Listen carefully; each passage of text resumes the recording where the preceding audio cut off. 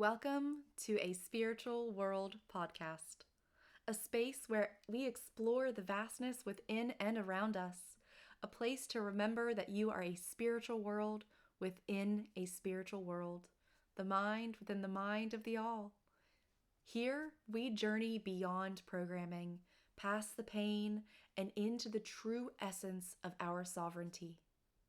My name is Toria, and my sole mission is for you to find the guru within and remember yourself as the creatrix of your world, embodying the power within you to build a life you love. As always, you're encouraged to go back to episode 1 for the full disclaimers on the terminology of mystic psychology. I am not a medical professional, and nothing shared in this podcast is intended to replace professional medical or mental health care. The term mystic psychology is not used in a clinical or medical context and has no connection to the medical field or industry. It is a spiritual and energetic framework rooted in the ancient wisdom and sciences of Hermeticism, intended to support self-exploration and inner awakening. If you are seeking medical advice, diagnoses, or treatment, please consult a licensed medical or mental health professional. Everything shared here is based on my own personal lived experiences and energetic perspectives, offered in the spirit of empowerment and remembrance. Please take what you need and leave the rest. I am honored to walk beside you as a channel, a guide, and a fellow traveler as we continue on this path together.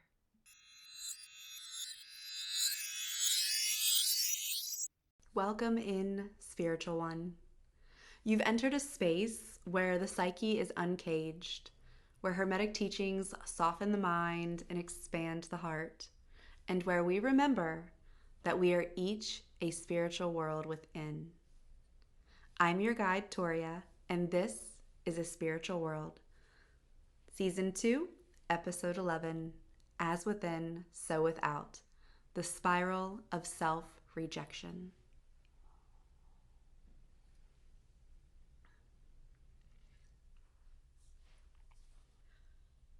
As we begin to pivot slowly, intentionally, into a new year, we also begin a sacred spiral into a new season of this space.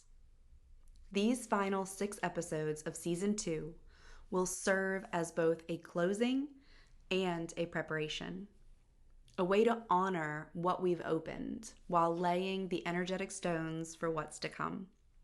Season 3 will return with the Lunar New Year in January 2026, and it will be deeply rooted in mystic psychology, the hermetic and alchemical truths of the psyche, the body, and the soul, as I have personally experienced them on my journey. And before we go there, we pause here to reflect on what's already been seeded. We are one. Every teaching is one. One is everything.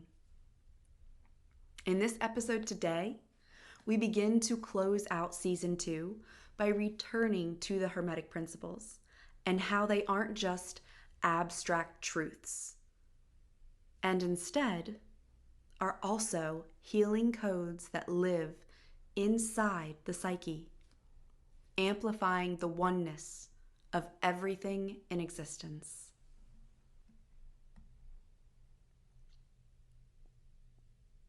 Today, we're going to start with as within, so without, as above, so below. This is where the psyche projects and the body echoes, and the universe, source, the mind of the all, creates, and we mirror it.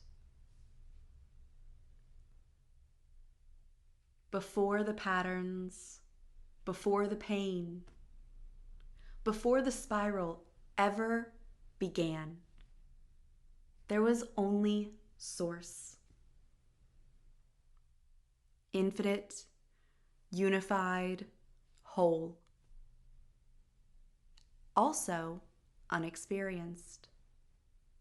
And so, Source made a sacred choice to separate itself into an infinite number of fractals, to forget itself on purpose, to become the one who remembers, not from above, from within.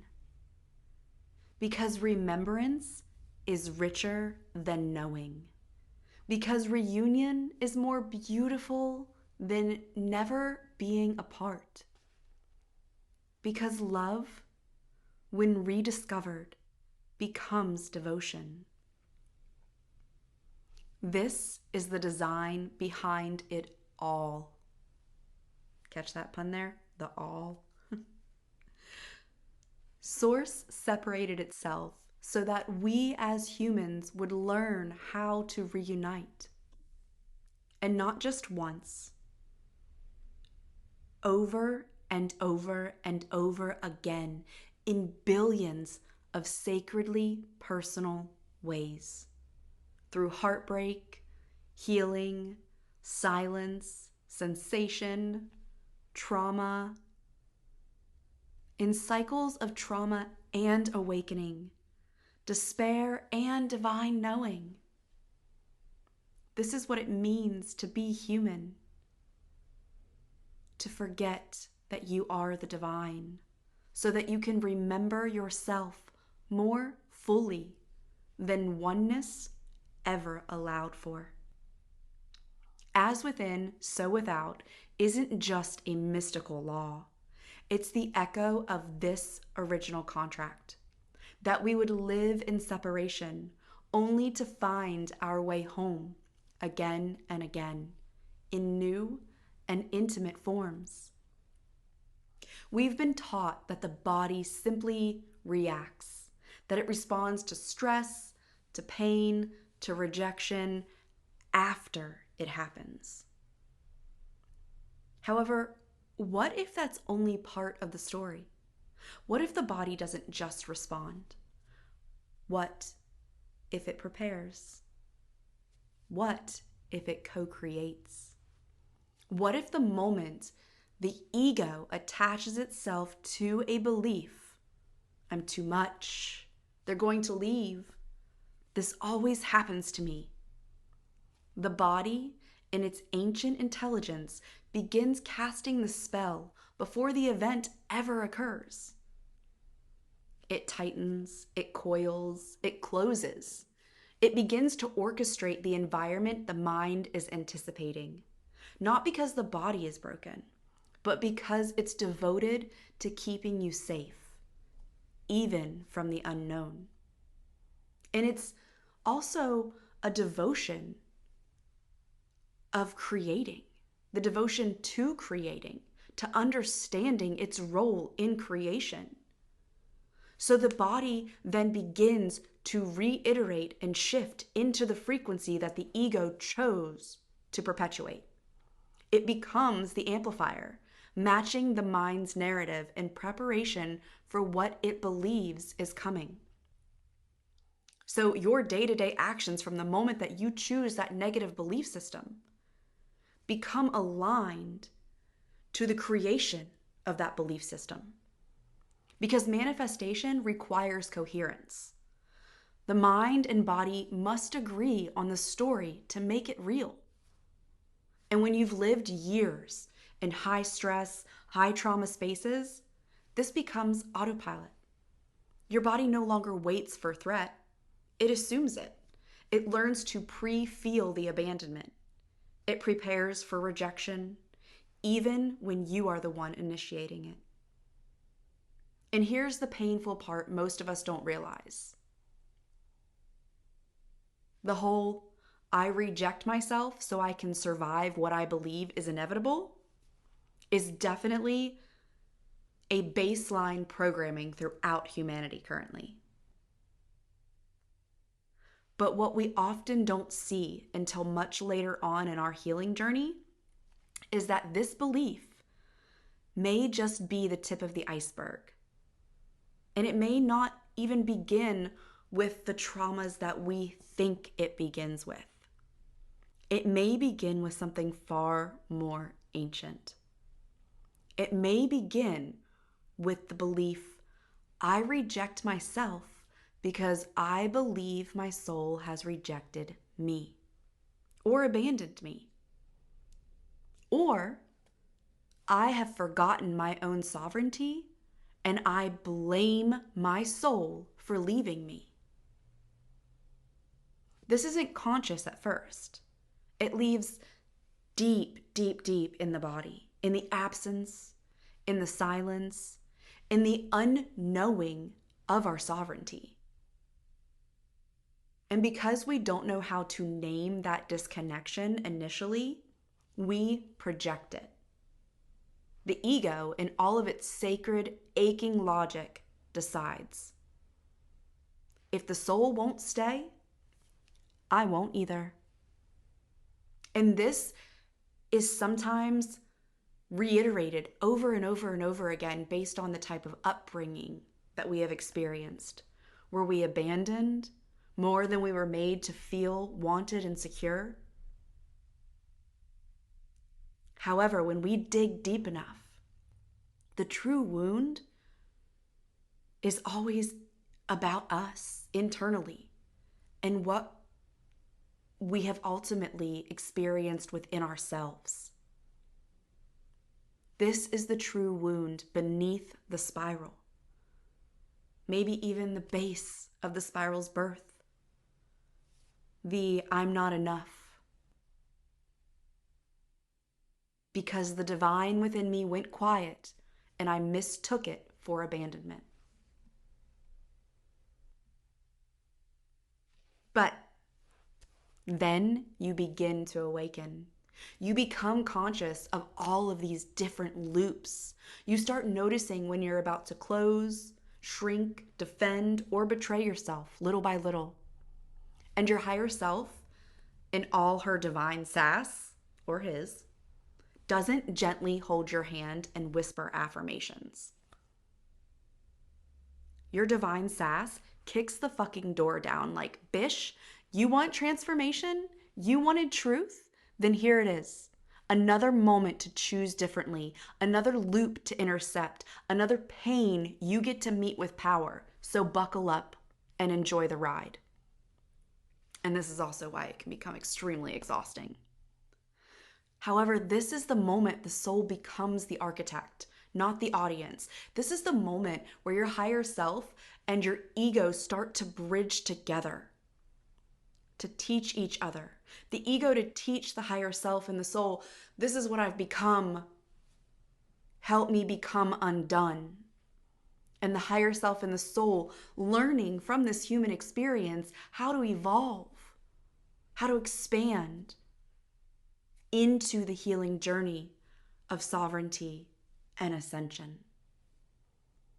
You're no longer blindly playing the pattern out. You're instead working it. And yet, at times, I know just as much as you do that we still reject ourselves. However, it's no longer a collapse. It's instead a practice. And when I say practice, I don't mean we're practicing to become good at it. No, we're practicing to unveil each microscopic speck of it, to come out of it, right? We become champions in different ways. Imagine it like rising from the bottom of a pool. You don't just teleport from drowning to dry. You come up inch by inch, your eyes, your breath, your throat, until your full body finally emerges. That's what awareness feels like. Every time you feel the urge to abandon yourself, and you stay 1 second longer. Every time you speak truth instead of manipulation out of fear. Every time that you feel the sting of rejection and you don't make it mean that you are the problem or that you are unlovable, you are inching your way back out of the water. You are building new muscles within you. You are reprogramming your nervous system to understand that rejection doesn't mean danger, that truth doesn't mean punishment, and that safety can exist even in the presence of pain. Because ultimately, once we become aware that we are projecting and creating experiences of rejection, we're going to stay with this example. We sometimes have to re-experience rejection 100 more times to develop these new muscles, right? In one circumstance of rejection, we'll solidify a new boundary. In another circumstance of rejection, we'll solidify how to speak our truth. In another, we'll learn how to self-care and nurture ourselves. We'll learn how to feel rejection and not shun it or shame it or try to bury it or resent it. All of these different elements we have to pull in and combine all of these alchemical ingredients to move completely out of rejection. And it doesn't mean that down the road you're never going to experience rejection, but you become awakened to the concept that you choose rejection. And sometimes you choose rejection because you need that growth or because your higher self knows that rejection is going to lead you where you need to be. However, the first movements are understanding that safety can exist even in the presence of pain. We often speak of the psyche as something to fix, right? As if it's broken glass that we keep stepping on, or that we're allowing others to step on. But what if the psyche isn't a wound? What if it's a portal? Because the psyche is the soul, cloaked in form. It is your incarnated intelligence, the voice of your divine self, speaking through memory, belief, and sensation. And this can be ancestral, karmic, universal, galactic. So when we say the psyche projects,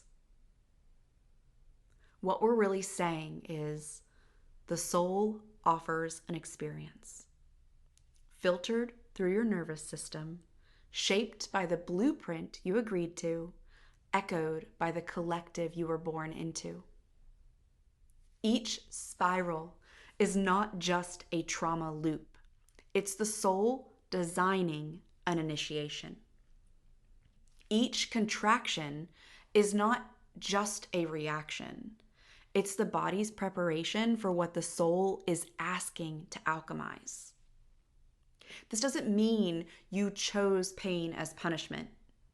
It means you came here to transcend it, to be the one who interrupts it, to become a living example of what happens when the soul reclaims its sovereignty and stops projecting from wounding and starts projecting from wisdom, where you realize that pain is an alchemical compound to be used to the benefit of your alchemical transmutation, just as much as pleasure is. Because you are not just reacting to life. You are participating in the choreography of your very own evolution. And when that lands, you stop trying to escape the spiral, and instead, you start working with it. You begin to become the snake that is no longer afraid to uncoil and stretch so very high through the different layers and the levels and the frequencies, right? Because when we're coiled, this is what I've been envisioning a lot because I'm working with the snake, and I realize I'm coiled a lot. My muscles, right? Like my nervous system still really holds me hostage. And that's something that I'm currently working on. And in doing so, like I wake up really tight, my jaw, I can feel where I've been grinding my teeth maybe at night or clenching. And I can just feel it in my body.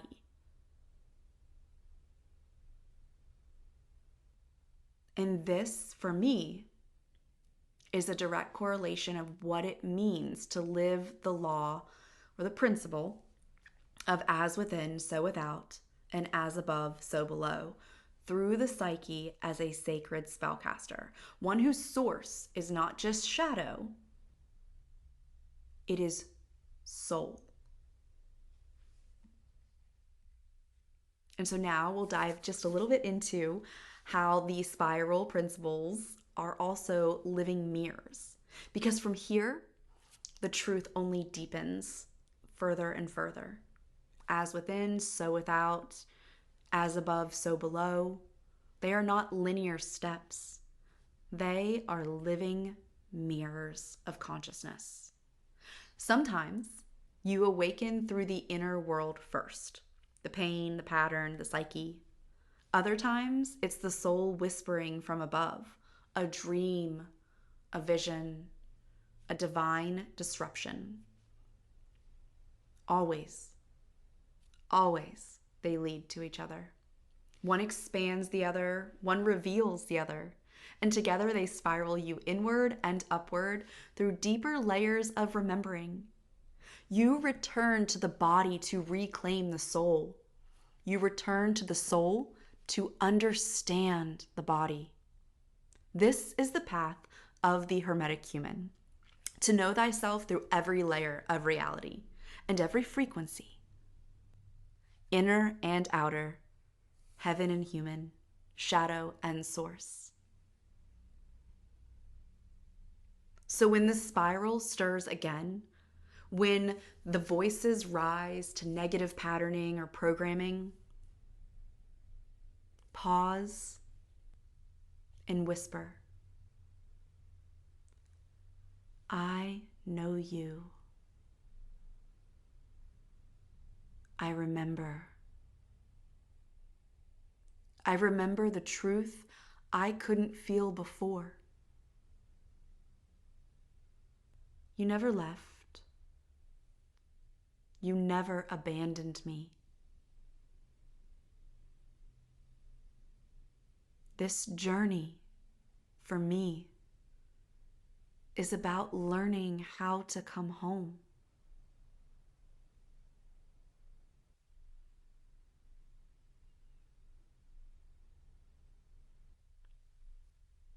This is sovereignty. Not perfection, not constant peace.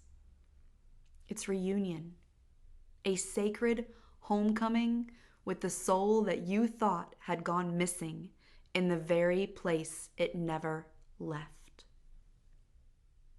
Within you.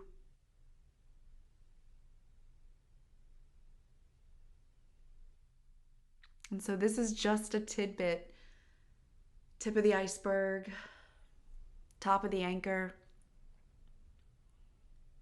of just the beginning of the many ways that as within, so without, as above, so below, anchors into our psyche in ways that helps us transmute mental dis-ease and mental disorder.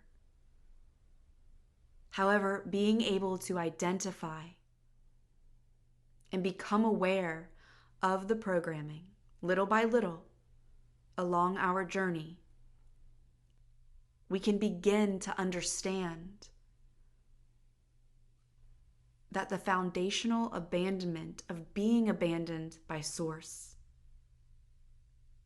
which is our soul, a part of it at least, right? We might just be a part of Source, each individually, fractalized out to experience the remembering in the magnificent, numerous, and infinite number of ways. To remembering, to Source, remembering that it is Source and that it is infinite through each one of us. And so before we close this episode, I want to guide you back into your body because this isn't just a concept, it's a reclamation. Let's remember together, not with thought, alone at least, also with breath. And if you don't have time for this brief guided meditation at this time, come back later or source any of the many meditations on my YouTube channel to help you anchor anything in that you're working on. If this is where I leave you today, namaste and many blessings on your way. Otherwise, know that you can listen to this brief guided meditation anywhere and anytime with no commitment to traditional meditation stances or practices. So what I mean by that is, if you're at your desk, great. If you're driving your car, awesome. Cleaning your house, whatever it may be, you can always anchor into your sovereignty. And so I'll just ask that you begin to notice your breath, not to change it, just to meet it. Like an old friend you forgot that you missed. And inhale gently through the nose. Exhale audibly through the mouth.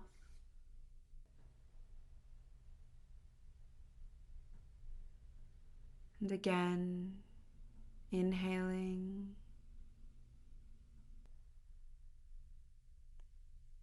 Exhaling.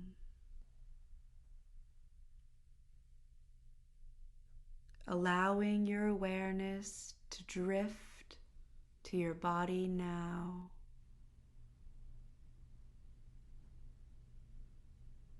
Not as a shape,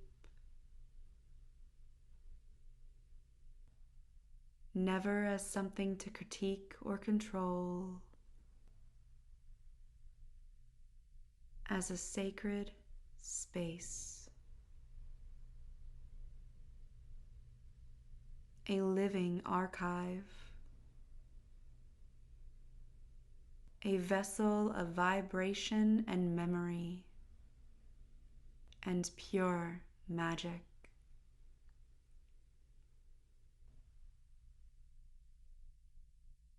Feel where you are holding, and don't judge it. Just name it silently. Maybe it's the throat,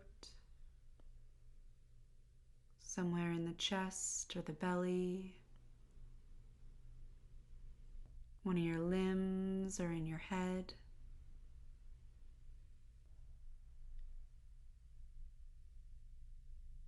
And just allow your breath to move toward that spot. Not to fix it, but to befriend it. Allow the breath to approach it with compassion and understanding.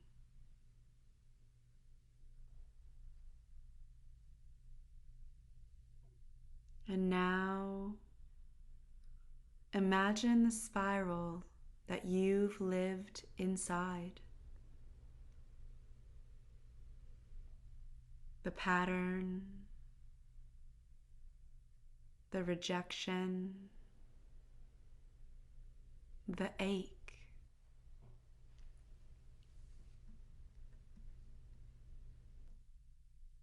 You don't need to re-enter it.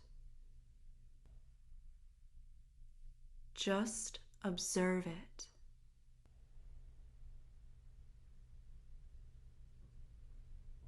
See yourself in the center, surrounded by the echoes of every time You left yourself.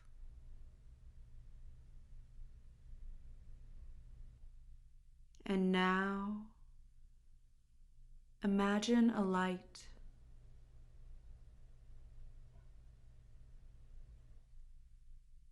A soft golden spiral unraveling from your center core.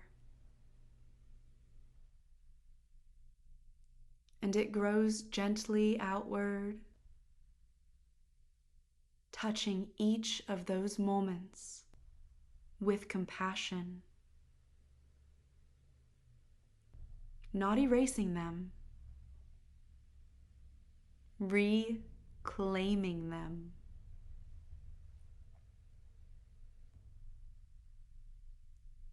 I see you.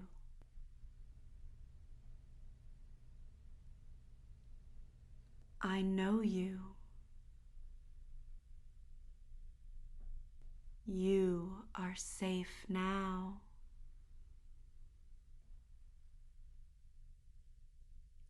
And take a nice inhale.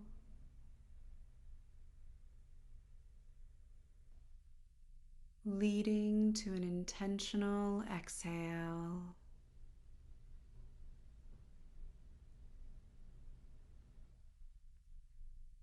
And feel your breath like a rope, anchoring you back into your body, back into this moment, back into the part of you that was never separate, just sleeping, waiting, remembering. And whisper silently or aloud if you like. I will not abandon the body that is awakening. I return to myself now. I am home.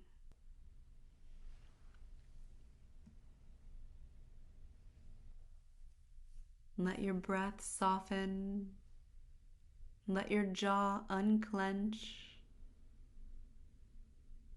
Let your heart stay open, even if it hurts. You are not broken. You are remembering. And the soul you thought had left you,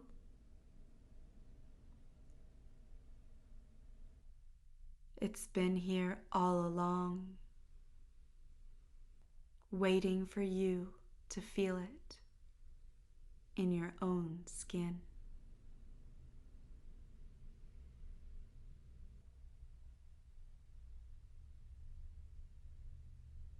Welcome back. Thank you for being in this space. May this remembrance echo softly through your day. And until our next episode, stay sacred. Namaste and many blessings on your way.